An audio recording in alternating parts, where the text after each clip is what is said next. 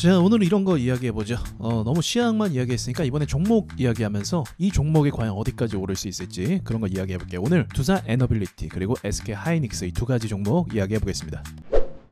자, 먼저 본 김에 두산 에너빌리티 보죠. 이거 제가 지난 라이브 방송 때 저도 모르게 고백을 해버렸어요. 그쵸? 정고점 돌파할 때 매수했다라고 말씀드렸습니다. 그래서 저를 따라서 매수하신 분들이 굉장히 많더라고요. 그래서 그런 이야기 사실 잘 안 하는데, 왜냐면 저를 따라해서 그냥 묻지만 매수하는 분들이 있거든요. 그래서 제가 조심스러워서 그런 얘기 안 하는데, 이게 워낙 강하다 보니까 사실은 얘기를 안 할 수가 없었어요. 저한테 강의를 꾸준히 배우신 분들도 종목을 매수했더라고요. 자, 오늘도 보시면 기세가 좋습니다. 그러니까 오늘 기세를 좀 보는 게 중요한데, 그리고 너무 과하게 오르지 않는 것도 중요한데, 분봉을 한번 살펴보죠. 두산 에너빌리티는 올리는 패턴이 거의 똑같아요. 대체거래소에서는 많이 반응이 없다가 정규장이 시작되면 시초에 항상 상승을 시킵니다. 그리고 시초에 올라가고 나서 떨어지는 모습이 없이 그걸 유지한 상태로 끝내는 경우가 굉장히 많아요. 왜냐면 이게 세력들 입장에서 한번 올리기가 진짜 힘들어요. 마음 먹고 올려야 되거든요. 왜냐면 자세히 보시면 거래 대금을 한번 볼게요. 이게 1분에 한번 이렇게 슈팅이 나오잖아요. 이게 1.5%밖에 안 되거든요, 사실. 근데 이 1분 만에 터진 거래 대금이 900억입니다. 그러니까 이 900억이라는 돈을 세력들이 여기서 발생시킨 다음에 이거를 다시 제자리로 내리면 또 이만큼 올리려면 돈이 얼마나 들겠어요? 또 900억이 드는 거예요. 그래서 이 세력들도 이게 무게가 좀 있기 때문에 쉽게 뒤로 물리기가 어렵단 말이죠. 그리고 또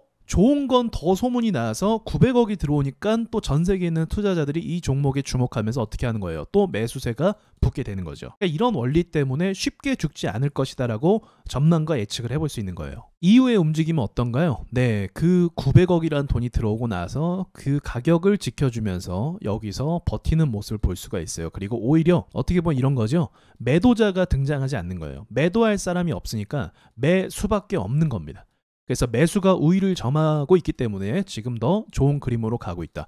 그러니까 이런 분봉상의 흐름을 보면 앞으로도 좋을 것 같은데 라는 생각을 해볼 수 있는 거예요. 더군다나 위에 지금 매물대가 있나요 없나요? 없죠. 신고가의 특징은 뭐냐면요, 기대감이에요. 그래서 과거에 역사적으로 정말 크게 올랐던 종목들, 유명한 종목들 보면 이런 보합 후 신고가를 무조건 가졌습니다. 이런 그림이 없는 차트는 없어요. 한 번에 쭉 올리는 경우도 있죠. 근데 보합이 없는 차트는 없습니다. 어떤 종목도 보합을 안 만들 수가 없어요. 그리고 나서 이 보합 후에 다시 한번 이런 신고가 패턴이 가장 많이 나오는 패턴입니다. 그러니까 수급도 완벽하고 재료도 뭐 사실 원래 있던 건데 재료도 완벽하고 기대감도 주고 하기 때문에 모든 박자가 맞은 상태에서 지금 상승을 가고 있다라고 볼 수 있는 거죠. 더군다나 또 우리나라 정부에서 도와줬어요. 그쵸? 갑자기 원전 계약서 좀 보자 하면서 사람들에게 많은 불안감을 줬습니다. 여러분 이것도요, 어떻게 보면 이 시장의 패턴이라고 볼 수가 있어요. 여러분 보세요. 우리 어제 무슨 일이 있었어요? 어제 중국이 갑자기 또 한마디 해갖고 시장이 하락했잖아요. 근데 그거 하락받고 나서 또 어떻게 됐어요? 또 상승했잖아요. 그러니까 이 정치인들의 말 한마디에 시장이 좌우가 되면 그게 오히려 반등의 기회를 줄 때가 많이 있다. 우리나라 시장에 특히나 그게 적용이 잘 되는데 국제시장에서도 이런 일들이 가끔 발생을 합니다. 그러니까 그것을 마치 기회인 것 마냥, 그쵸? 그렇지 않고서는 오늘 거래대금만 봐도 또 2조 가까이 터질 건데 900억이라는 돈이 괜히 들어왔겠어요?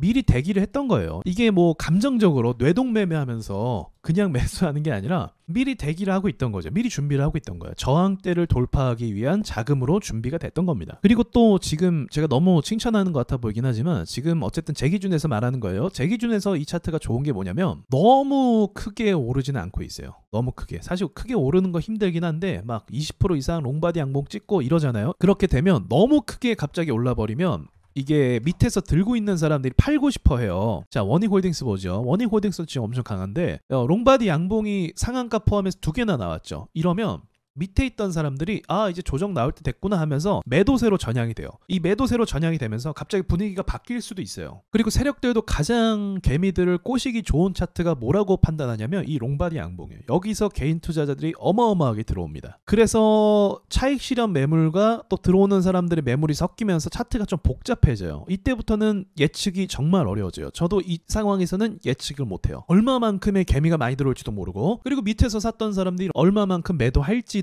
모르는 상황이라서 예측이 정말 어려워집니다. 왜냐하면 저조차도 사실 이 종목 들고 있다가 너무 크게 올라서 팔았거든요. 수익을 정말 오랜만에 크게 준 종목이기도 합니다, 저한테. 근데 이 두산 에너빌리티는 그렇게 오르기도 쉬운 주식이 아닐 뿐더러 또 움직임 자체가 지금 굉장히 안정적으로 좀 순항하는 느낌을 주고 있습니다. 이렇게 되면 들고 있는 사람들도 기대감이 있고 더 오를 수 있지 않을까 이런 기대감도 있고, 그리고 들어오는 사람들도 이 웃긴 말이긴 한데 안정감을 느껴요. 안정감을.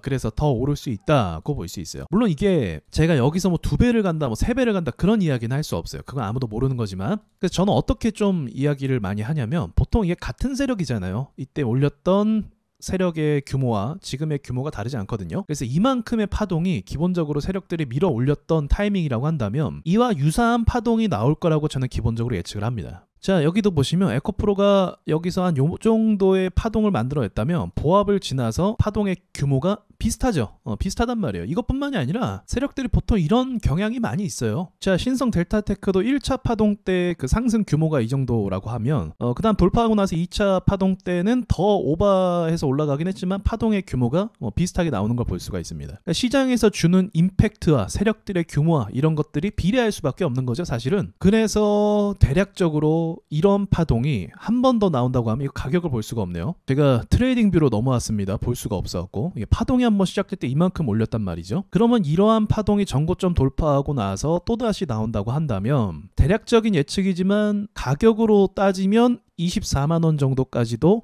예상을 해볼 수 있겠죠. 근데 이게 곧바로 간다르기보다 시간차를 좀 두고 갈 거예요. 갈수록 무거워지니까. 그러니까 어디까지나 대략적인 겁니다. 그러니까 내가 24만원에서 팔겠다 이게 아니죠.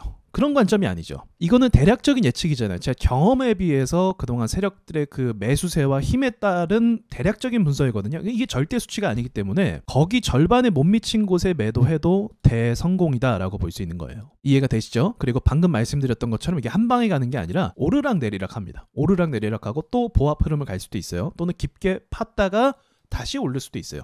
이런 복합적인 요소들이 있기 때문에 최대 목표치는 가늠하기로는 24만원 이렇게 잡고, 그 다음에 좀 과하게 올랐다 싶으면 절반 정도 됐다 싶으면 그때 매도하고, 그런 식으로 좀 잡으면서 전략적으로 대응하는 게 더 현명한 판단이 되겠죠. 자, 이런 관점도 재밌죠? 다음은 SK 하이닉스 볼게요. 아주 멋지게 상승하고 있습니다. 아름다워요. 자, 이게 아까 제가 말했던 그런 거예요. 롱바디 양봉 2개 나왔죠. 그러니까 뭐 시장도 문제가 있었지만 이렇게 되면 차익 실현 매물이 나올 수밖에 없어요. 너무 과하게 올라가서 너무 오버슈팅이 나오면 밑에 있는 사람들이 야, 이제 좀 팔까? 이런 생각이 들 수밖에 없단 말이에요. 물론 여러분은 그런 생각이 잘 안 될 수도 있겠지만 주식을 좀 잘하는 사람들, 그러니까 기관이라든지 외인이라든지 이런 친구들은 이런 판단을 합니다. 시장의 원리를 알고 있으니까, 이 시장의 분위기를 알고 있으니까. 자, 하이닉스 같은 경우는 지금 이제서야 상승하는 거예요, 사실. 그러니까 보합 흐름도 딱 나왔다라고 볼 수가 없어요. 만약에 뭐 굳이 따지자면 여기가 보합이다라고 볼 수도 있는데, 그럼 이만큼 올랐던 게 또 이만큼 오를 수도 있겠죠. 그렇게 볼 수 있는데, 저는 지금 이 보합 흐름이 너무 길었기 때문에 여기가 저 나름대로의 이야기인데 초기화가 됐다고 생각해요. 그러니까 이전에 보합해서 그냥 보합 흐름이 아니었어요. 이거는 죽이려고 작정한 흐름이었어요. 그래서 그냥 보합이면, 그러니까 두산 에너빌리티 보합 같은 경우는 버티잖아요.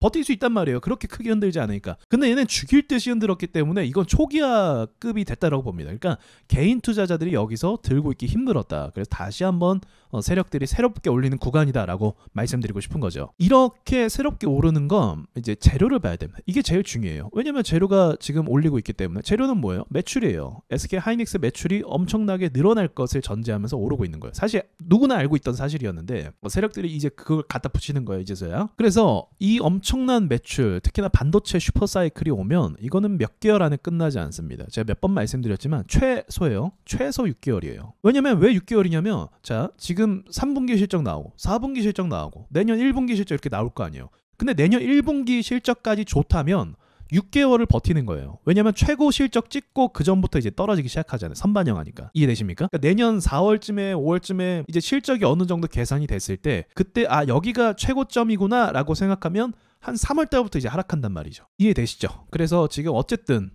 올해에는 최고 실적을 낼 것이기 때문에 올해 안에 내년 초반까지는 강세 움직임을 보일 가능성이 높은 거죠. 그러니까 이거는 지금 목표 가격을 잡을 게 아니라 내년을 넘어서까지도 봐야 되는 주식이라고 생각하는 게 맞는 거겠죠. 그래서 실적을 바탕으로 올랐기 때문에 실적을 중심으로 보는 게 굉장히 중요하겠다라고 볼 수 있는 거예요. 두산 에너빌리티는 제가 실적 부분에 대해서는 자세하게 이야기를 못 봤는데 하이닉스 같은 경우는 확실하게 실적에 대한 이야기를 언급하기 때문에 그 실적 랠리가 어디까지 갈지가 제일 중요하다. 제일 중요합니다. 자, 아시겠죠? 이러한 근거로 제가 시장을 좀 위로 본다고 계속 말씀드린 것이었고, 시장은 오늘도 위를 보고 있습니다. 제가 시장이 안 좋을 때 영상을 올리잖아요. 시장에 대한 분석을 올리잖아요. 도움이 많이 되시죠? 근데 제가 좀 아쉬운 게 뭐냐면, 시장이 안 좋을 때 영상을 올리면 아무래도 좀 위기감이 있으니까 조회수가 많이 나와요. 유튜브 영상 조회수가. 근데 저는 사실 제가 평상시에 말하는 게 더 중요하거든요. 시장 하락했을 때 물론 분석하는 거 중요하죠. 근데 제가 평상시에 말하는 것도 여러분에게 기회가 많이 있어요. 정말 제 영상을 올해 것만 쭉 정독을 한번 해보세요. 올해 제가 올렸던 영상들을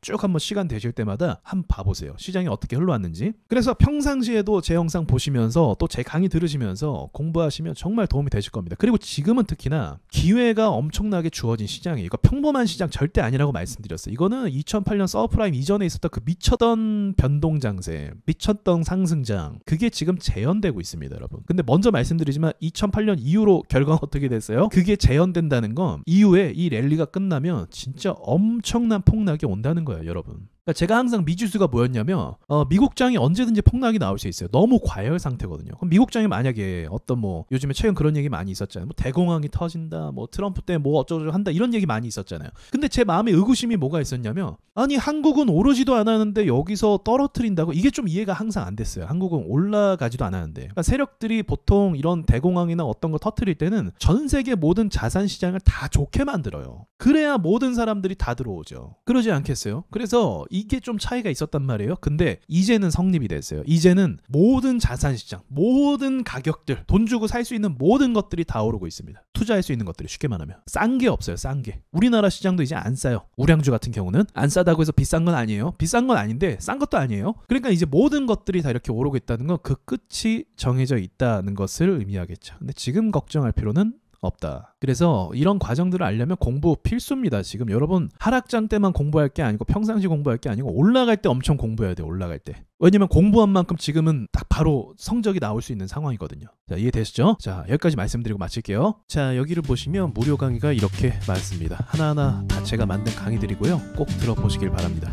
세력주 매매 공식 책을 구매하신 분들도 이렇게 강의를 무료로 들을 수가 있습니다. 그리고 제가 자주 사용하는 수익나는 매매 기법들도 여기에 올렸으니까 와서 배우시면 됩니다. 또 매매일지도 이렇게 올리고 있는데 제가 어떻게 매수 매도하는지 설명도 하니까 여러분 공부에 많이 도움이 되실 겁니다. 자, 와조스키 멤버십에서는요, 제가 뽑은 초강력 세력주들을 항상 알려드리니까 이것도 공부와 매매에 많이 도움이 되실 겁니다.